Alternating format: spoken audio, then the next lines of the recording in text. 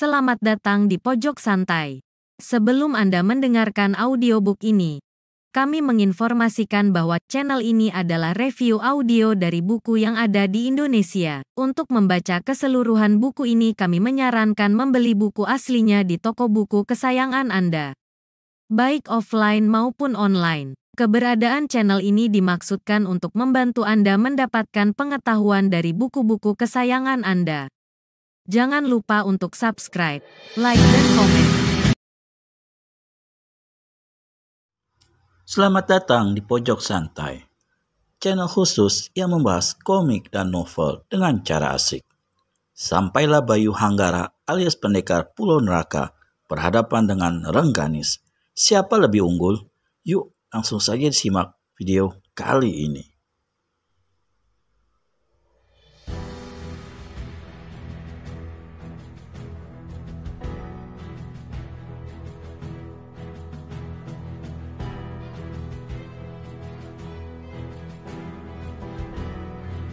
Ganis memekik nyaring.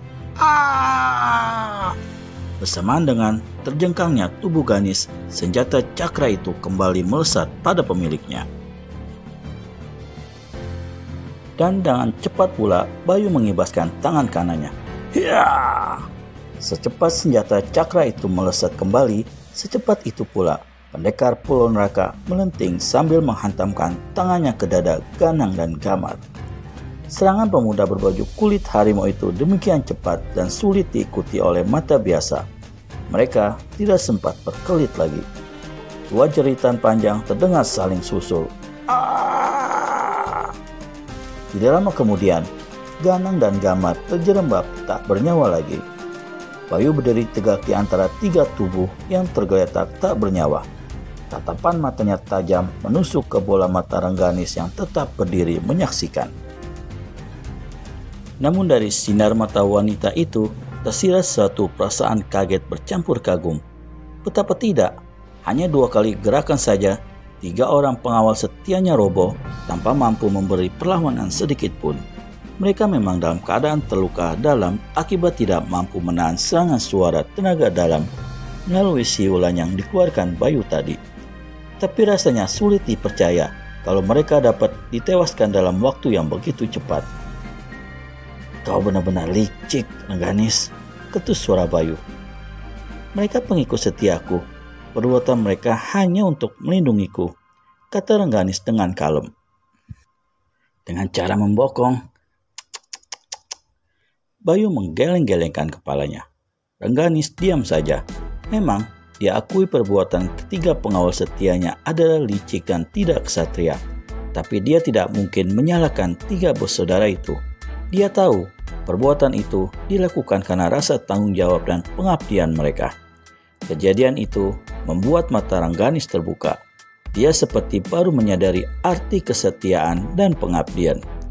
Dan yang dilakukan Dewa Pedang memburu keluarganya ketika menjadi panglima perang adalah semata-mata karena tugas dan pengabdiannya. Namun semua itu telah dikotori oleh hati busuk yang hanya mementingkan pribadi. Kedudukan, kemuliaan, dan harta dunia memang bisa membuat mata hati tertutup. Begitu pula dengan dendam yang juga dapat membutakan mata hati.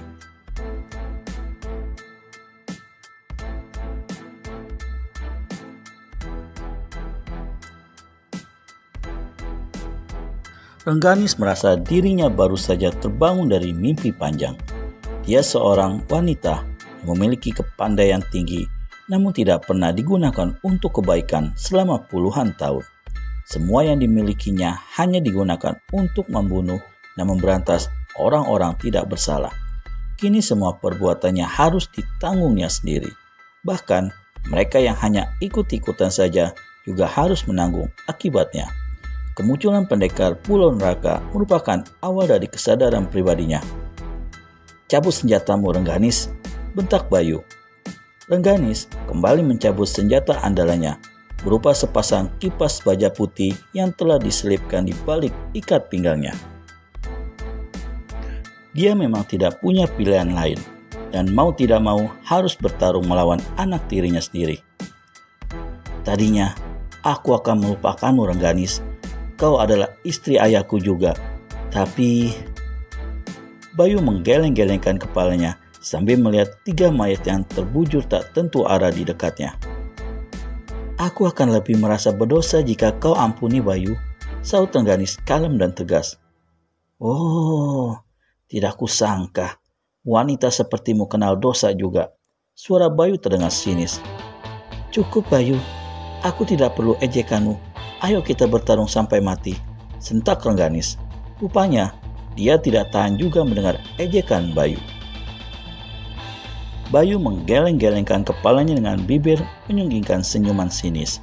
Terlihat adanya kepasrahan dan sikap mengalah dari sinar mata wanita itu, meskipun ditutupi dengan kata-kata ketus dan tegas. Ayo Bayu, kenapa diam? Rengganis jadi kesal juga melihat sikap Bayu. Kau akan mati Rengganis, tapi aku ingin melihat penderitaanmu dulu, jawab Bayu dingin. Mati pun tidak akan kusesali Bayu. Ya, karena kau sudah pasrah. Tidak. Ya. Kata-kata Bayu membuat panas telinga, membuat Rengganis semakin tersinggung dan marah. Semua perbuatannya memang telah disesali dan diakui. Tapi dia pantang dihina dan direndahkan begitu saja. Telinganya terasa panas mendengar kata-kata penuh sindiran dan ejekan pemuda berbaju kulit harimau itu. Pertarungan tidak bisa dielakkan lagi, tapi Bayu malah tersenyum sinis. Dalam beberapa jurus saja sudah dapat ditebak kalau Rengganis sengaja membuka pertahanannya. Rengganis memang menyerang dengan ganas dan dahsyat, tapi tidak menghiraukan pertahanan. Bahkan sengaja membuka pertahanan lebar-lebar. Kau hanya bunuh diri saja Rengganis, kata Bayu sambil berkelit menghindari serangan wanita itu.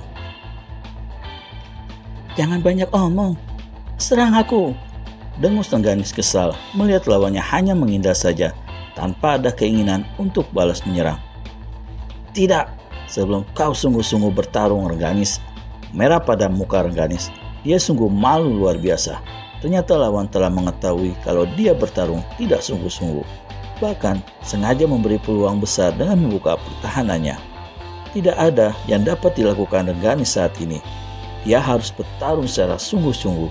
Dalam hati, dikaguminya sikap kesatria Bayu yang ingin bertarung dengan lawan yang benar-benar siap. Bayu menggeser kakinya ke kanan ketika satu kibasan kipas di tangan kanan Rengganis hampir membelah dadanya. Bayu mencoba menyodok iga wanita itu dengan tangan kirinya. Namun tanpa diduga sama sekali, kipas baja putih di tangan kiri Rengganis bergerak cepat menyampok. Buru-buru, Bayu menarik kembali tangannya lalu melentingkan tubuh sambil berputar ke belakang. Begitu sebuah kipas lainnya mengibas ke arah leher. Bayu belum sempat mengambil posisi, datang lagi serangan beruntun dari 2 penjuru. Buru-buru ditarik mundur kepalanya sambil mengangkat tangan kanannya memapak serangan dahsyat kipas baja putih itu. Rengganis buru-buru menarik tangannya saat ujung senjata kipasnya membentur pergelangan tangan kanan pendekar Ulo Neraka.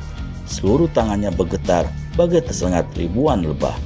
Sedangkan Bayu sedikit pun tidak merasakan apa-apa, bahkan langsung memberikan serangan balasan dengan cepat. Bagus.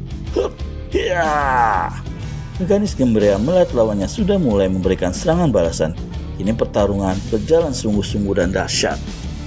Bagaimana selanjutnya pertarungan Bayu Hanggara alias pendekar Ulo Neraka melawan Rengganis? Temukan jawabannya di video selanjutnya hanya di channel Pojok Santai. Segera subscribe dan tekan tombol lonceng untuk mendapat notifikasi video terbaru dari kami. Terima kasih dan sampai bertemu kembali.